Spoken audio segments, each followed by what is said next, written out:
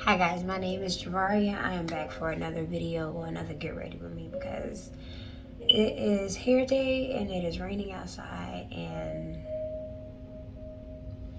we're just gonna see how this works. But first and foremost, I wanted to come to you and tell you that I am not coming to you as some type of spiritual minister of any sort. I am literally coming to you peer to peer as somebody who has gone through some things that I feel like a lot of people are currently going through. And I think that when we share our stories and when we start to talk about things, talk about what's really going on in our lives, we get to see that we're not so different. So this is I guess a continuation of my last video on depression, but this is gonna be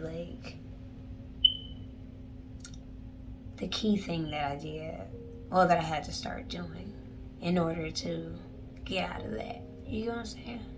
So stay tuned. I actually have to blow dry my hair because I'm gonna blow dry it first and then I'm gonna come back to you. Okay? Okay.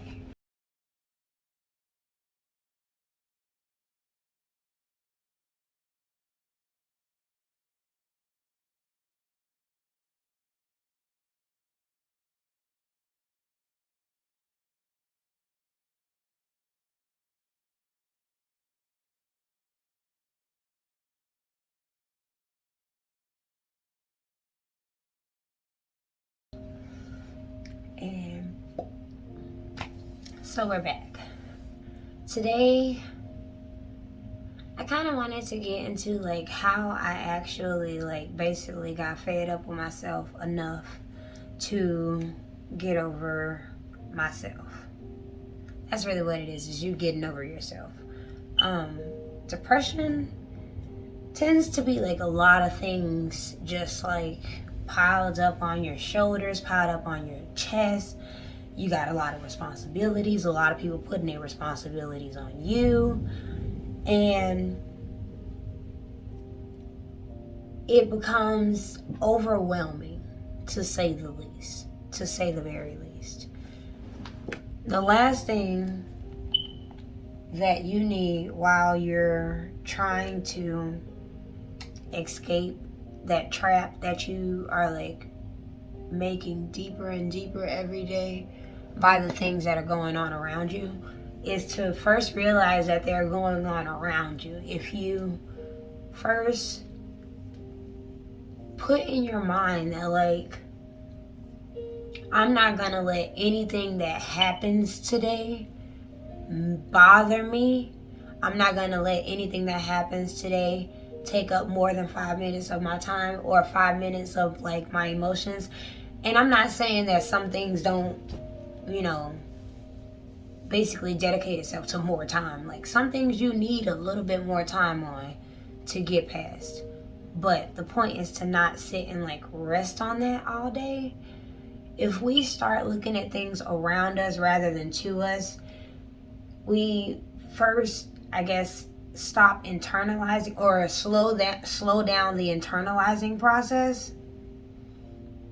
If we stop internalizing everything, we are able to decipher what's true, what's not, and what you can take and what you can toss on to the side. My problems were, it was self-sabotaging. It would be, when I say self-sabotaging, I mean not setting up any boundaries for myself and for what I would do for people and what I would allow people to have and to take from me. I was just an open book, an open vessel. It was just any and everything was creating an influence in my life. And child, nobody need that. Nobody needs the roller coaster. Give me a second, y'all. So basically, I had to slow down the influences that other things were creating around me. So first of all, I had to pray and ask God to start giving me some guidance, because first and foremost, you need humility. You cannot expect a change in your life if you're not able to be humble enough about the fact that you need to change. You're the only person that's pissing you off. You're the only person that has to deal with your crap. You're the only person that knows what you take yourself through on a daily basis. And I was taking myself through entirely too much. For other people, I was taking myself through entirely too much for stuff that like did not make a difference to me and like wasn't about to make or break my life. You feel me? Some of this stuff don't be that serious. So basically, we have to be a little bit more humble when we are really ready to make a change in our life. Are you like trying to stay where you are, or are you seeing yourself go to a different place that you really even like you don't even really want to be?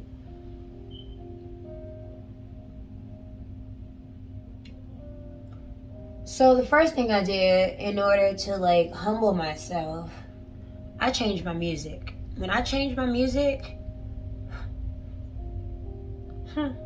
so I changed my music by basically cutting rap and like any type of pop out of my space. When I cut out, the reason I cut out rap music and like any other type of music that was just like extra is because in reality, it's extra. It's a lot. Like, I don't agree with a lot of the stuff they be talking about. I'm like,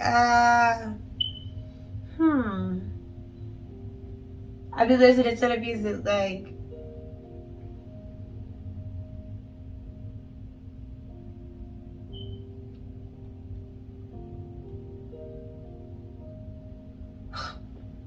child. So, I don't necessarily like care for a lot of music that is like popular right now. And that's like no shade. Y'all can do whatever y'all need to do. That's just not necessarily my cup of tea right now at all. And I don't think that it would be my cup of tea because it's just like getting more and more satanic. Like, what? Every music video has like some type of weird ass reference to the occult or like to the devil, and it's just like, how are you making me want to like support you? And then to the people who do support it, it's like, that's okay with you, Spider-Man? It's just like blatant in your face. And it's blatant in your face. So I basically had to stop listening to that, and honestly, that was a really big step because I really it wasn't a big step, honestly, but it wasn't that big of a step because I already listened to jazz and like classical music, so me listening to music with no words was cool by me. So then I started adding gospel music in and like Christian alternative, and yeah, like honestly, I gained a more optimistic outlook on life once I changed my music. And then the next elimination came. Second thing, protecting myself on Instagram because, child, oh my God.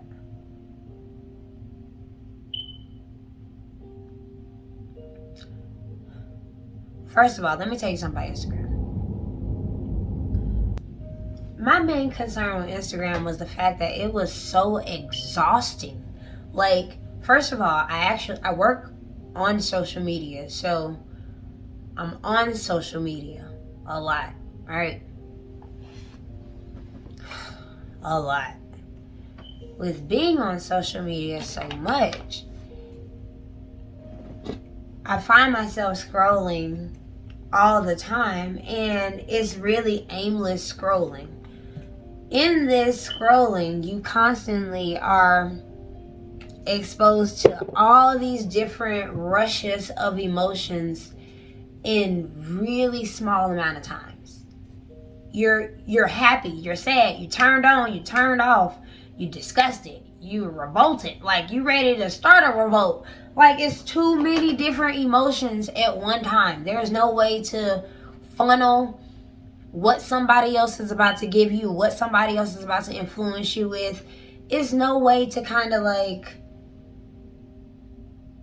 really slow that down, but to use social media with purpose. So if I'm not on it for work, I'm just like putting my stuff on there and I'm hopping off. And then like I may find myself from time to time on social media, but when I am on social media and if I see something that I don't want to see on a regular basis, you know what I do?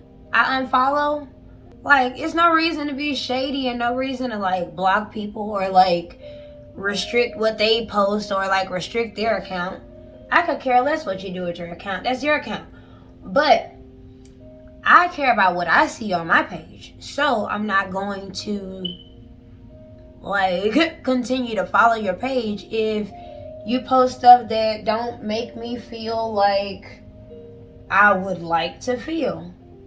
And that's everybody's choice. Just the same way that you don't have to even like my video. If you don't like my videos, you don't have to watch them. It's okay. It's okay. Ain't nothing stopping you. You could click off. You could go. You could go.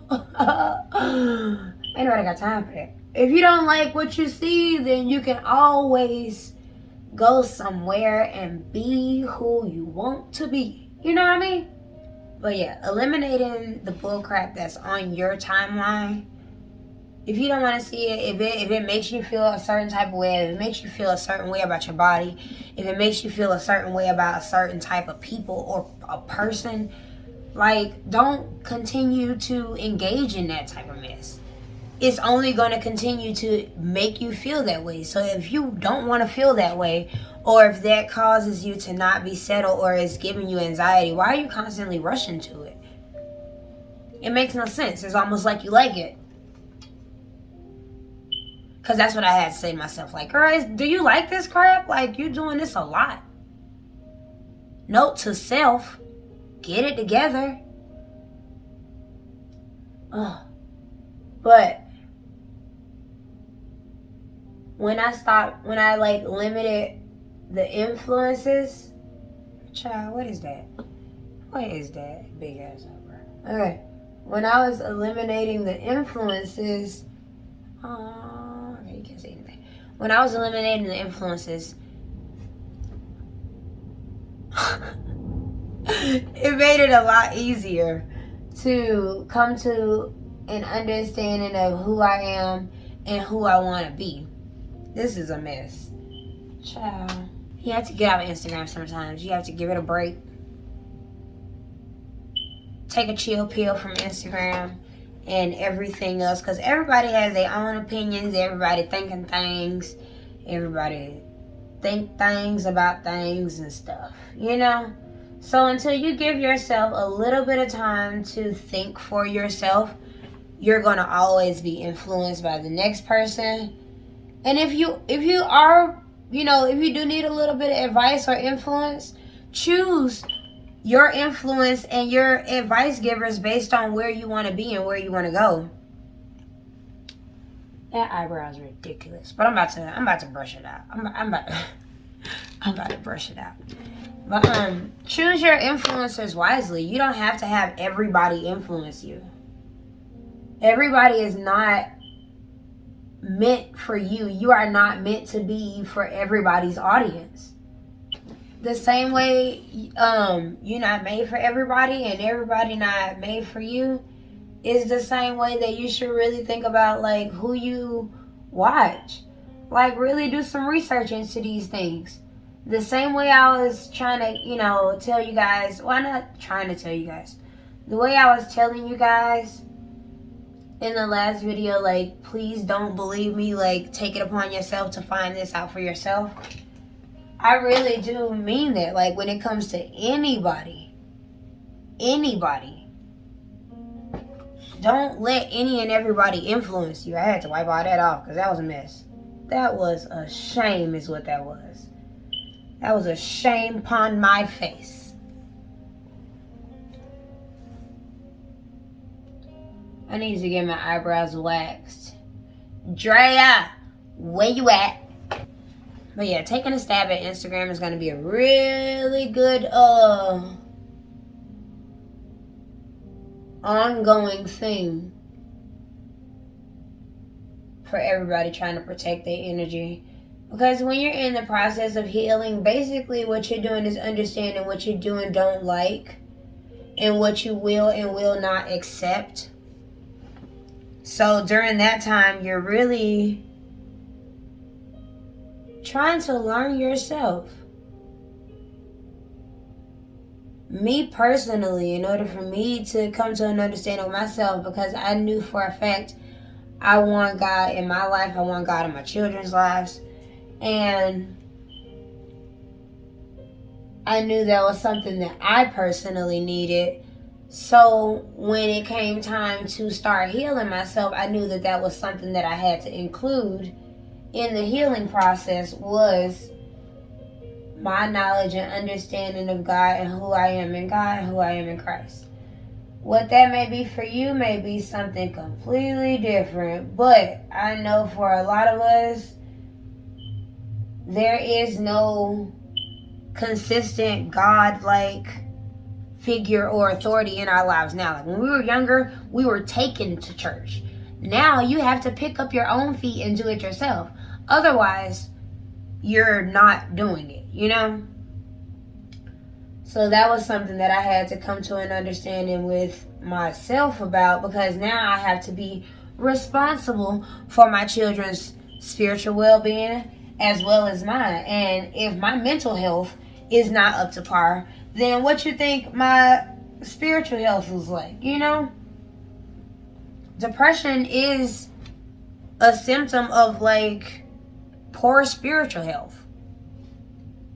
I'm gonna tell you that, because if you had good spiritual health, you wouldn't allow a fall into depression. When people say I fell into depression, yeah, because they had nothing to hold on to, they had nothing to really be anchored to in order for them to really come to an understanding of who they were and what their purpose was and what they're supposed to be doing.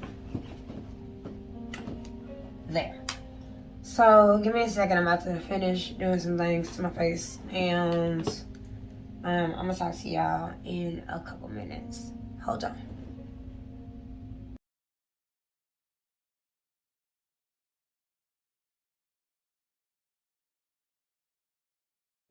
So as I began to really take some heavy consideration and into everything that was influencing me, I started to look at the people around me and look at the people that were in my space and look at where I wanted to go.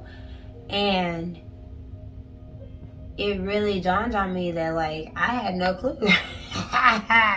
No clue. No clue. I had no idea the type of people that I wanted to be friends with, the type of people that I would really gravitate to, you know, like so it started a journey of self-realization that I never even thought that I was about to go on at all. My music changed, my timeline changed, my friends and associates changed to a point where if you really weren't bringing me peace, I really wasn't. Well, honestly, I didn't care to hang out with anybody because I was really trying to get an understanding of who I was, and I was praying a lot, and I was really trying to really just manage being a mom and running a business and learn who I am as a person outside of being a mom. We'll talk about postpartum depression probably in the next video, but that's like, this is inclusive with that. This is not including that at all. This is definitely including postpartum depression. And a lot of people aren't talking about it. A lot of women are not talking about it. And they're making these crazy passive aggressive videos online. I know, I was one of them. And it's really not funny because we who can we talk to without feeling like, oh, so you're gonna hurt your child? Really, bitch? I'm trying to tell you I need a break because I can't pee in peace, and you think that I'm about to go. Whatever, okay? Whatever. Really, if you have a woman in your life that just had a baby or is about to have a baby or like had a baby within the last 3 to 5 years, ask her how she's doing, because postpartum depression does not just leave, it goes and grows if it is not paid attention to.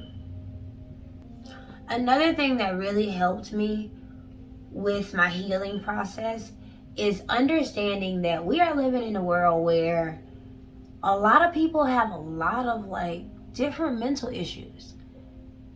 I don't know why everybody thinks that like y'all didn't go to school, people that were in the special ed class. And I'm not saying this in any type of way to be funny. I'm saying this because it's true. Y'all acting like there are people that don't have like actual disabilities, actual physical, mental disabilities. There are a lot of disabilities that were not diagnosed for a lot of people as children. So we're dealing with a lot of people that, and even people that have like gained or acquired these mental illnesses based on traumatic experiences in their lives throughout their adult life too. There are a lot of things that we don't know. We don't know what goes on in somebody else's brain.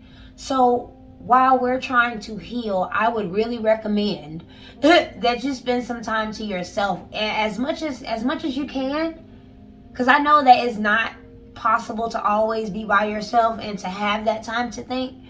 But use your resources. Ask people that you trust if they can like help with the children. People that you trust was the main word.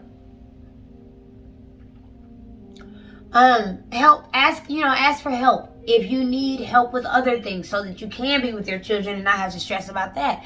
Ask for help. Ladies, please don't go through this alone, because it is not something to go through alone if you cannot handle it. Because sometimes it is too much to bear. I'm not any type of exempt to this at all. The more I made the effort to seek God and seek Jesus and seek, my understanding of my own personal, like, what works for me. I don't know what be working for y'all, but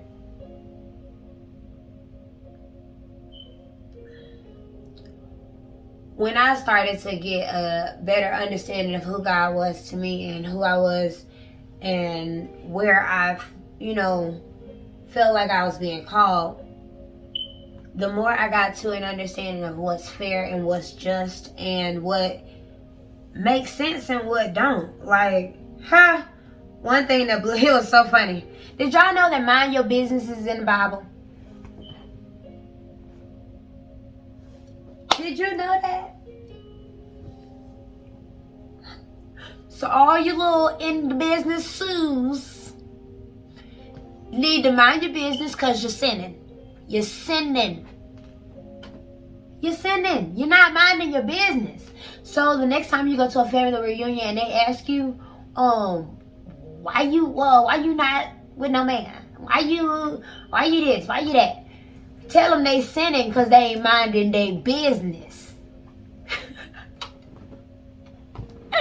Seriously, you'll understand how to like cut people off and like set your boundaries. You will really gain an understanding on setting your boundaries once you start to read the Bible and apply what you're reading. Getting an understanding of who you are and getting an understanding of what makes sense. Because what's going on in the world right now is like really like completely backwards. It's a lot of things that people accept as the norm, like wanting to be a side chick. That has to be some type of like mental confusion. Nobody wants to be the side chick. Nobody wants to like be second best. You know what I'm saying? That's weird. Whoever told anybody that is a liar, and they're lying to your face. No girl wants to be a sugar baby. And if you want to be a sugar baby, then it's like, are you okay with being lazy? And then it's like, if you're not lazy and you just want a man that has money, then why not get a man that you like, that like have an actual whatever. Child.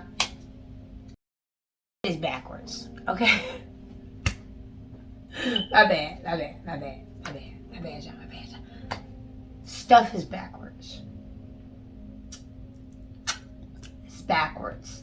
Okay? It don't make no sense. And the reason that you don't understand it is because it don't make no sense. Humility also like really gave me an understanding of where that, you know how people have this God complex? Like, I am God. No, you're not. God is in you.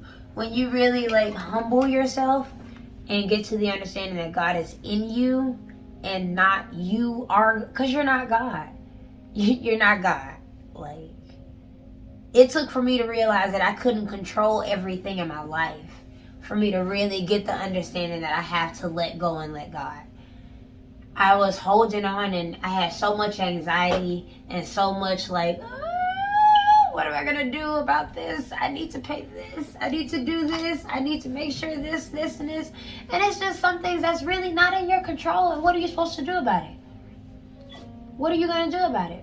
First step is essentially letting go and letting God. Nothing else is going to give you that happiness and give you that freedom until you stop worrying about trying to do everything yourself. Because you can't. And some things are not for you to control. Some things are not for you to have your hand in.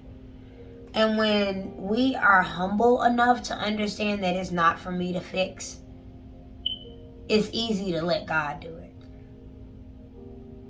But with that being said, in order to let God work on you, you have to be humble.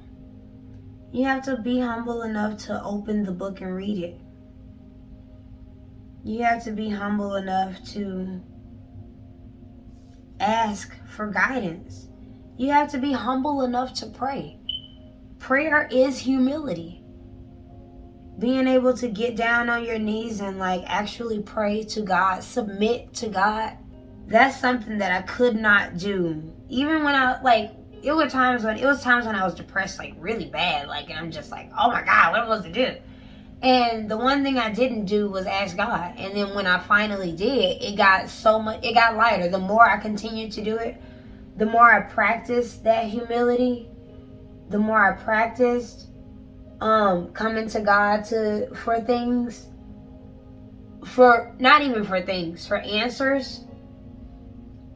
When I started coming to God for wisdom, when I started coming to God for understanding, that's when everything got a lot clearer for me. I didn't have to be so afraid of what I didn't understand. I didn't have to be afraid of that. I didn't have to care about who liked me or who didn't. I didn't have to care about like being anything but me. And what's crazy is like that gave me all my confidence back. Like, look at me right now. Look at me right now. Did you see me last year doing any of this? What'd I tell you? You gotta be careful with the eyelash curl. Yeah. So, humility is the first step to getting over depression, because depression is your own. Depression doesn't belong to anybody else but you. Anxiety doesn't belong to anybody else but you, because you've allowed it to take that control. You've allowed it to have that power over your life. When you allow that anxiety and that depression and that like the sludge to hang over you, you're allowing it. It's not there because it's like hereditary. It's not there because it's like something that, you know, you're just prone to. No, it's something that you've allowed to be there because you've allowed yourself to believe erroneous lies about yourself. Who told you you weren't everything? Who told you you weren't chosen? Who told you you weren't like divinely made to be on this earth and to make a change or make a difference? Who said that you were here for no reason? And then the person who said that, you better believe God gonna get on them, because what you don't do is mess with God's babies. You know what I'm saying? And mess with His children. Because the way my dad is set up, the way my father is set up, you just don't do things like that. So I'm really encouraging you guys to continue to go out, continue to learn. If you're not learning, you are like done. You're basically saying that you're done growing. We have to stop calling ourselves grown. We are not grown, child. When you are grown is the final result. It is grown. It is grown. There's no more growing to do when you're grown. My mom, my grandma used to say, you ain't grown till you're dead. And at first I thought that was like their mean attempt to keep me from grownhood. And I really had to come to humility and really be like, no, it's the fact that you're constantly growing. You're constantly learning. You should be. And if you're not, do you know, that's pride. If you think you've learned everything that there is to learn, that is pride. I'm going to tell you right now, you're sinning. You're sinning out here sinning and stuff, thinking that you ain't got to learn nothing else. That's trifling is what it is.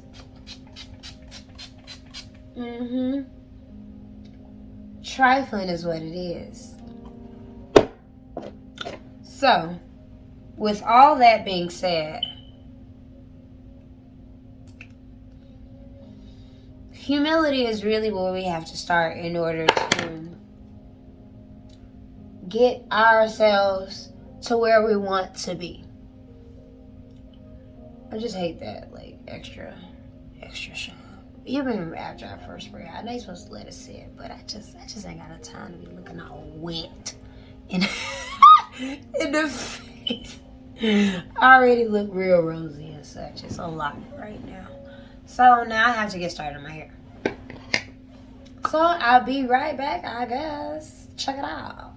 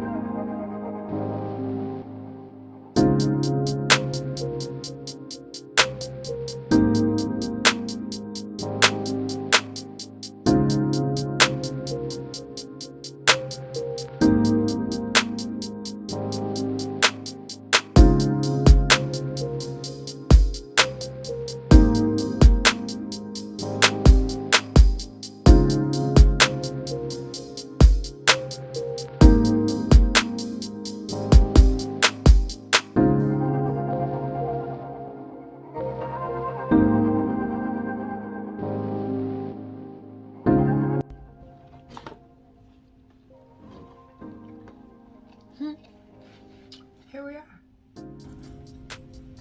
When I was making changes to my life, I really had to look at myself and really adjust what I wanted to be, who I wanted to be, what friends I wanted to have, what friends I didn't want to have.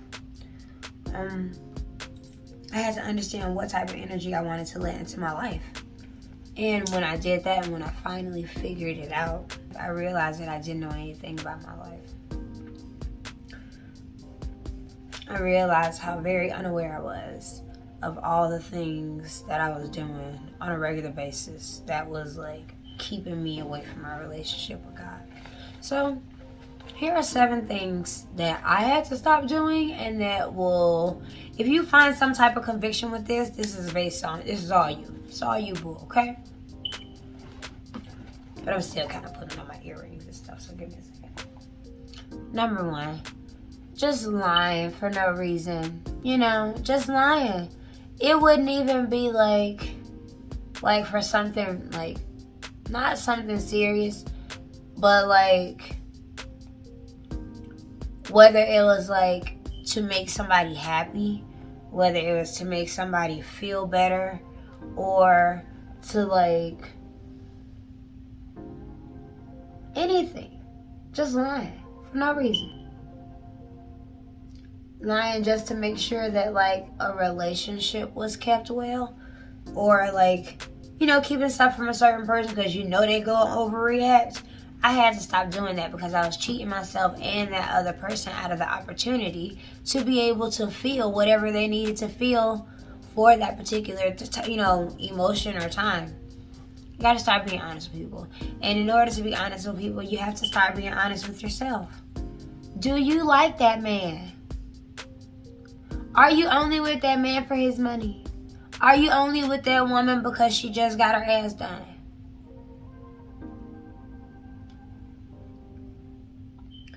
Do you really even want children? Are you sure?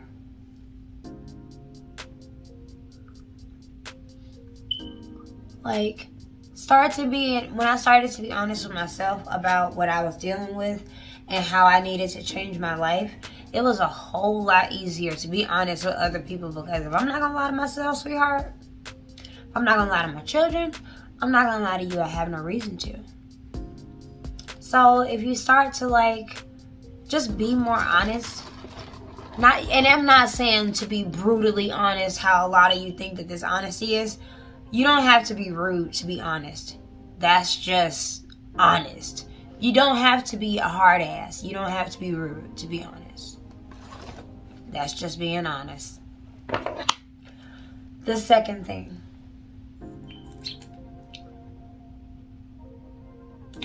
Yeah. I had to stop looking at the men's in the sweatpants and stuff.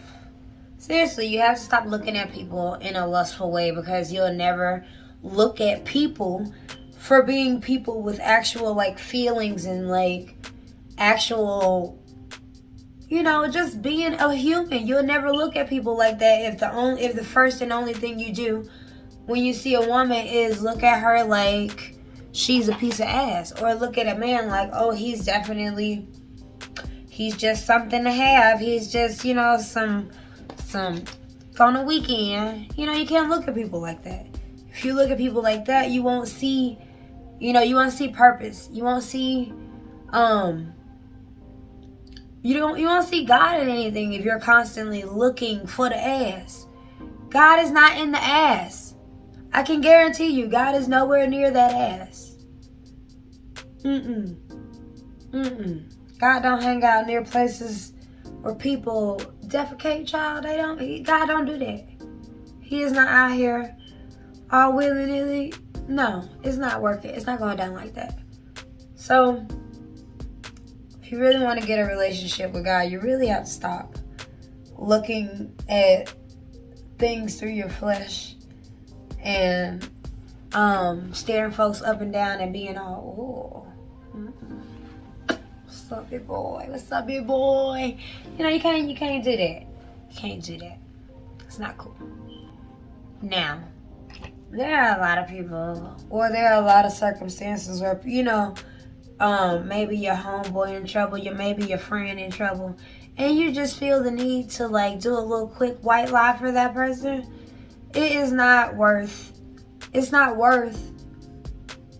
your relationship with God. Anybody who bears false witness to something, if you say you saw something and you didn't see it, people are taking your word for it as a first-hand witness, okay? So you are,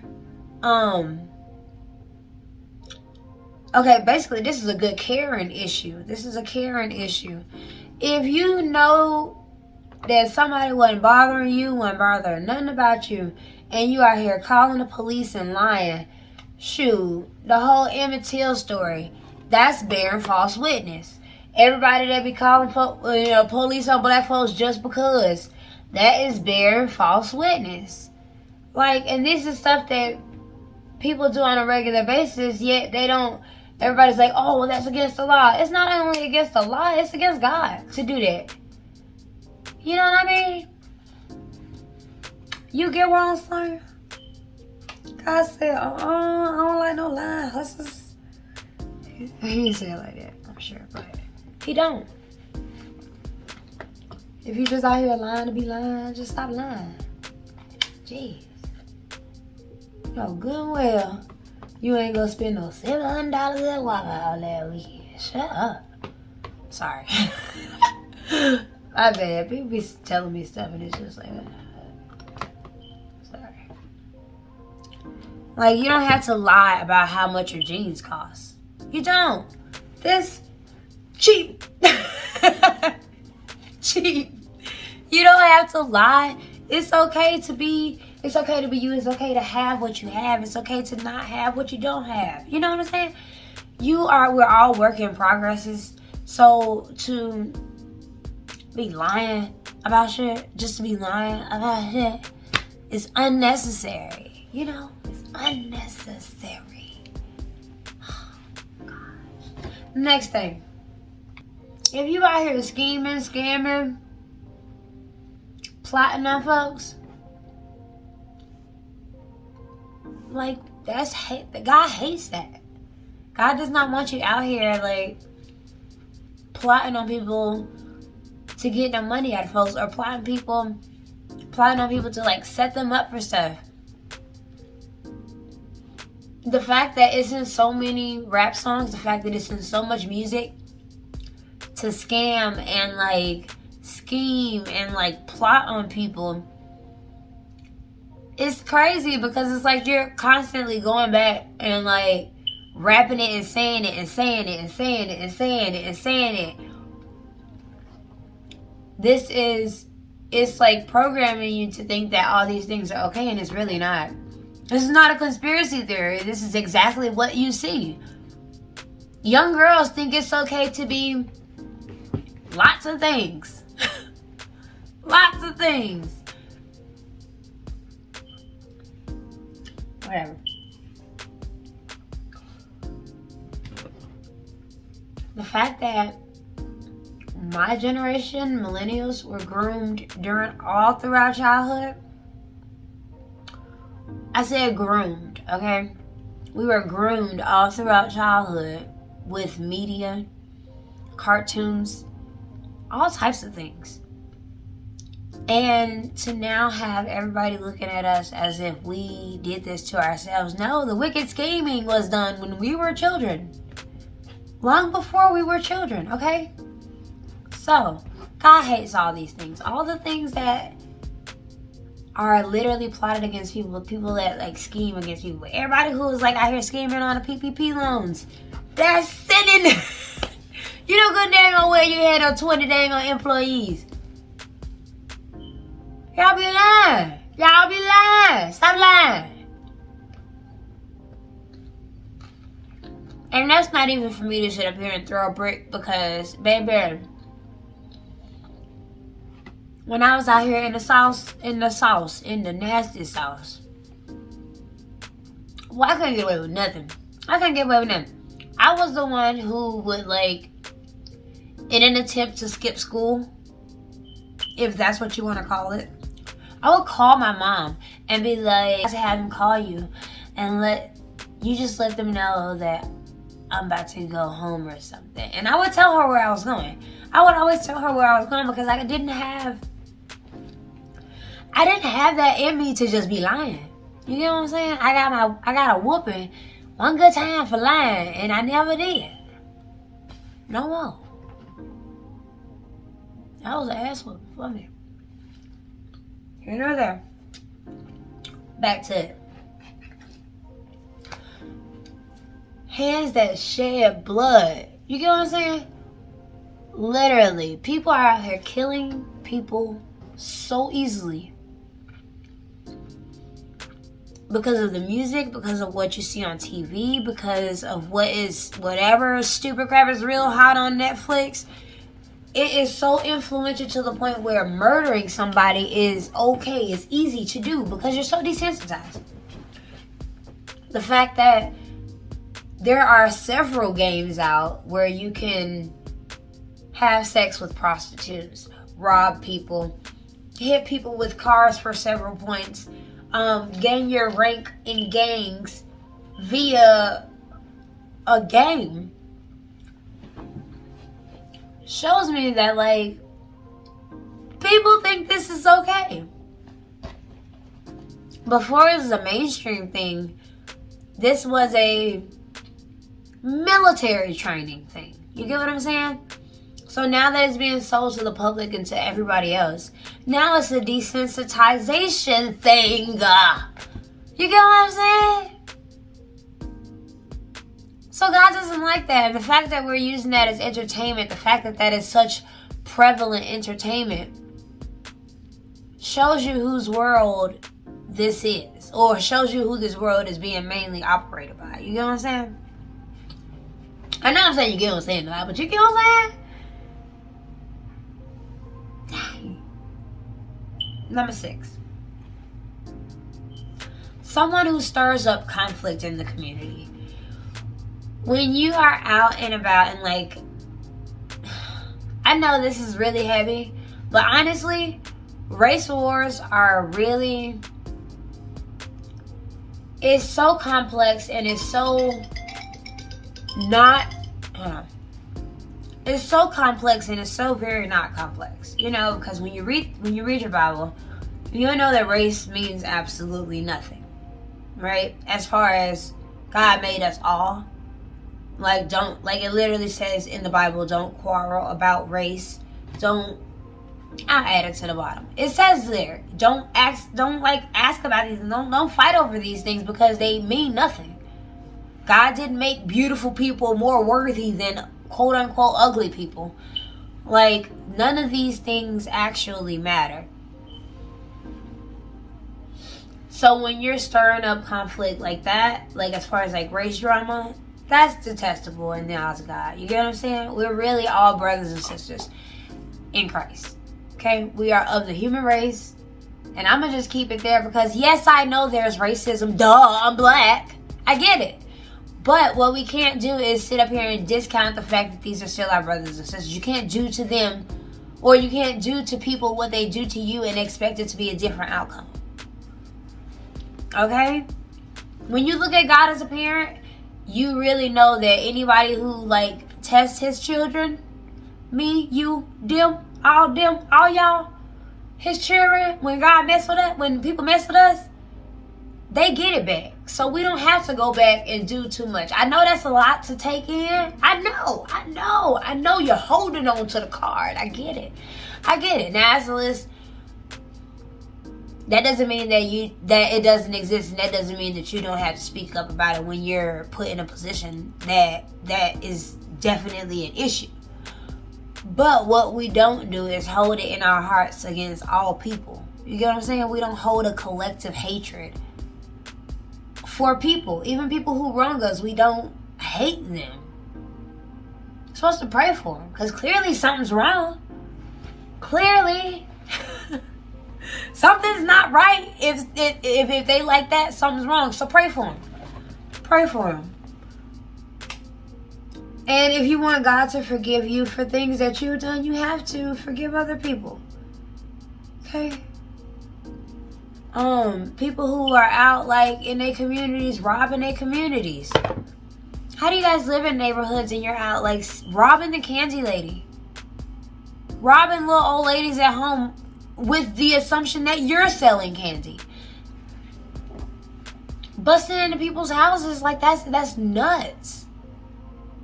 It's really nuts that who's gonna talk to the young people? We have to talk to our little brothers and sisters so they can get it together, because when you're making people feel uncomfortable in their own community, in your community, in other people's communities, what's going on in Buckhead is crazy. That makes no sense. Nobody wants to feel uncomfortable in their own spaces. But it also takes for everybody to be aware of who they are and how God sees them, for them to really understand how worthy they are. Number 7, feet that rush into evil. When you're rushing to go do something that you know you shouldn't do, that's something that God hates. When you get that little gut feeling like, oh, I definitely probably should not be doing this, and you go do it anyway, you go rush to go do it, God is like, damn. Didn't even think twice. Didn't even listen to the little voice. Or when like your homegirl calls like, oh yo, I need you to come pull up because so and so says something about Daquan. I don't know what y'all be arguing about. But you know what I'm saying? Like, and you like, oh shit, let me go grab the toolie. Let me go grab the pocket rocket. so you can go handle somebody's child. You get what I'm saying? Like, that's ridiculous. You're rushing to go do things that you know is evil. Rushing to that girl house when you know she got a man? What? Rushing to that man house when you know he got a woman? What? Rushing to that man house when you know he got a woman? To the men too? Rushing to that man house? You get what I'm saying? Like, rushing to do things that you know for a fact that you should not do. You're eager to do it. You're eager to be like, yeah, I'm about to go. You know, like, that's what causes more stress and more pain and more, like, torment in your life when you're just constantly doing that. Constantly. Because I was trying to figure out, like, why the hell am I so depressed? But it was because I was allowing myself to continuously do that, and I wasn't making no changes in myself or in my situation. So, those are just 7 things that God hates, and I really hope that you enjoyed the video earlier about, like, having some humility. In order to do any of these 7, in order to make sure that you're sticking along these 7 things, you have to have some humility. You have to understand that you are not God. You are not the God in your life. You have to be humble. Humble yourself to know that you do have some issues that you gotta fix. Humble yourself enough to know that you are good enough to fix it. You are good enough to make a different you. You are good enough to be refined by God. God isn't going anywhere all because, God isn't going anywhere because you messed up. If you're able to hear, like, the warnings of God now, that means that He still didn't give up on you. You're awake and you're alive. He didn't give up on you. So, I hope you guys have a really, really, really, really, really, really great day. And I'm about to go eat something because if I have another, like, honey bunches of, yeah. I don't even know. I'm going to see y'all later. Y'all have a good one, okay? Peace out.